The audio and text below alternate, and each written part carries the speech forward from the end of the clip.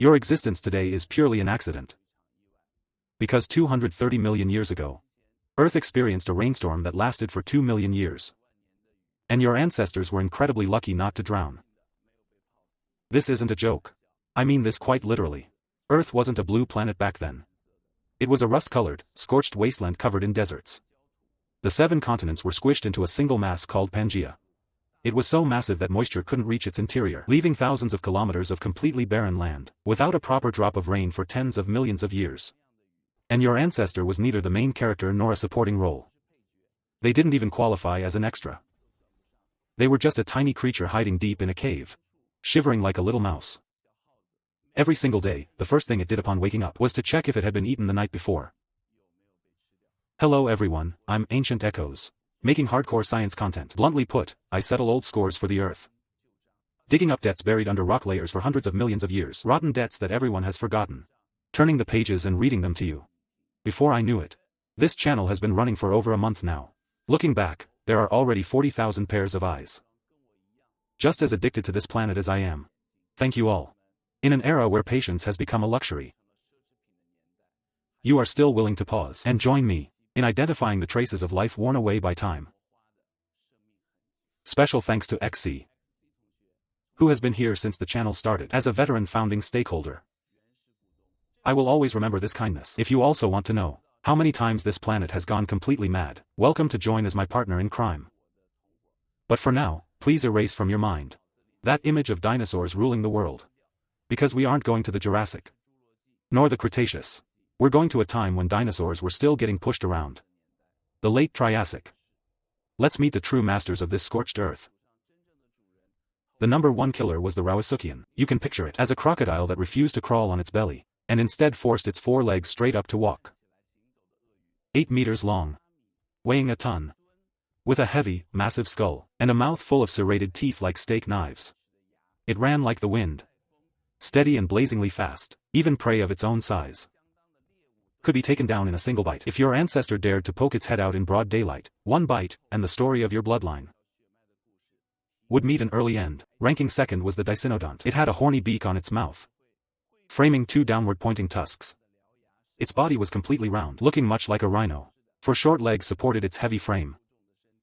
Spending its days head down, munching plants and digging for roots. At first glance, those tusks look intimidating, right? But it was actually a strict vegetarian. Moreover, their numbers were as vast as the cattle on today's grasslands.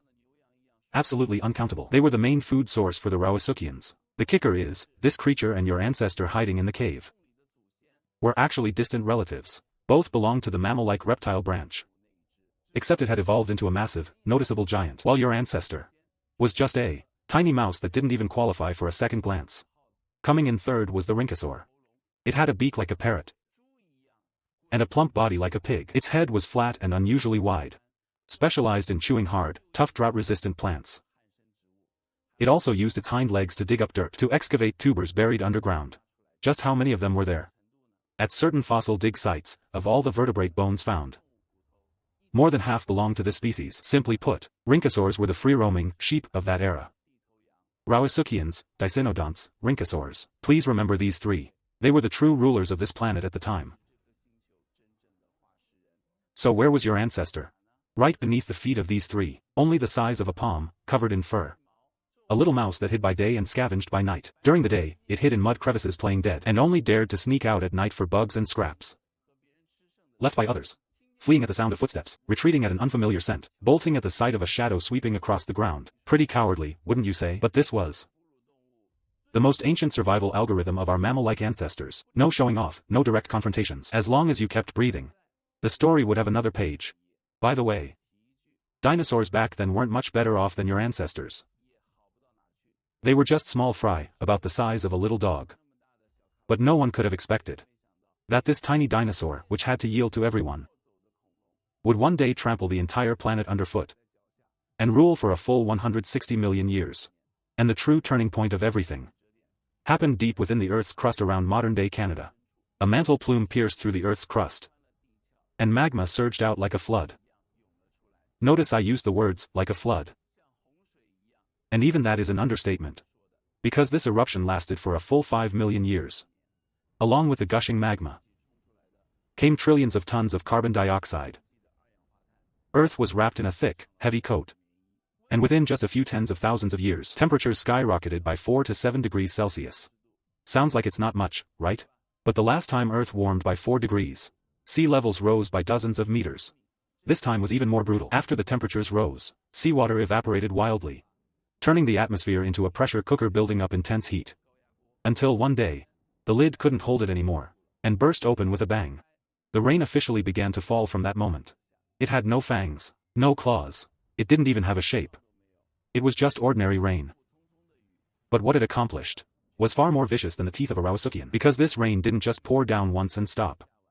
Instead, it poured continuously for 2 million years. Even more fatally, sulfides in the volcanic ash turned the rain into sulfuric acid. This was no longer ordinary precipitation. It was a total facelift for the Earth. The oceans collapsed first. Seawater acidified and became oxygen depleted. Corals shut down, calcium structures dissolved, starving the ecosystem. Crinoids vanished in massive numbers. A full one-third of marine species were wiped out by the acid rain, and the land fared no better. The inland areas, parched for tens of millions of years, suddenly sprouted tens of thousands of rivers and lakes. The short, drought-resistant plants died off en masse, replaced by conifers tens of meters tall. You think this was a good thing? Wrong, but also not wrong, because it depends on who you're asking. For those 3 former overlords, this was the end of the world. They had spent tens of millions of years adapting to the drought. But those very survival skills now backfired and choked them. Rawasukians couldn't find their prey. Dicynodonts couldn't chew conifers even if they broke their teeth. The beak of the rhynchosaur, no matter how sharp, couldn't pry open this waterlogged world. They weren't bitten to death by anyone. They were slowly starved and drowned by an endless rain. The earth that forged them ultimately destroyed them with its own hands. But please note, here comes the twist. Once the land was filled with rivers, for those tiny dinosaurs that no one ever paid any attention to, this was an absolute godsend. Because they happened to possess 3 ultimate life-saving traits. An air sac lung system, with nearly double the oxygen efficiency of normal reptiles. A pair of legs positioned directly under their bodies, allowing them to sprint wildly through the mud. And a growth rate that was almost freakishly fast. This was luck. But also their destiny. The moment the rain stopped, the dinosaur population exploded exponentially. From then on, dinosaurs ascended the throne as the planet's rulers. And they sat there for 160 million years. But your ancestor missed out on the wave of the era.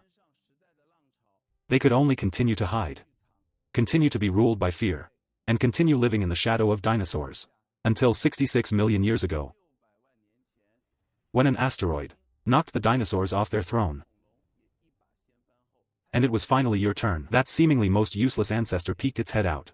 This bloodline endured to evolve into mammals, then into primates, and finally into you, sitting in front of the screen today. So you see, humans dominating the Earth today is not because our ancestors were great fighters. On the contrary, it's because they were timid enough, cautious enough, and great at hiding. The one cowering in the corner that no one respected back then ultimately became the ruler of the Earth. The dinosaurs were like that, and so are you. However, this rain that rotted the whole world, the most terrifying thing about it wasn't how heavy it was. It was that any creature soaking in it never realized they were living through a massive deluge. That was a full 2 million years. Thousands, tens of thousands of generations passed. No one saw the day the rain started. And no one lived long enough to see it end. For each generation of living things, they never thought it was strange that it was raining. They just felt that compared to their parents' generation, things were just a tiny bit damper. So, never delude yourself that Mother Nature will notify you when the era is changing, because the turning points that can truly rewrite everything always happen so slowly that you remain completely oblivious. By the time the wave of that era can be written into a story by someone, it's already far too late. Who knows, the heaviest rains of your life might be falling silently at this very moment. And yet you remain completely unaware.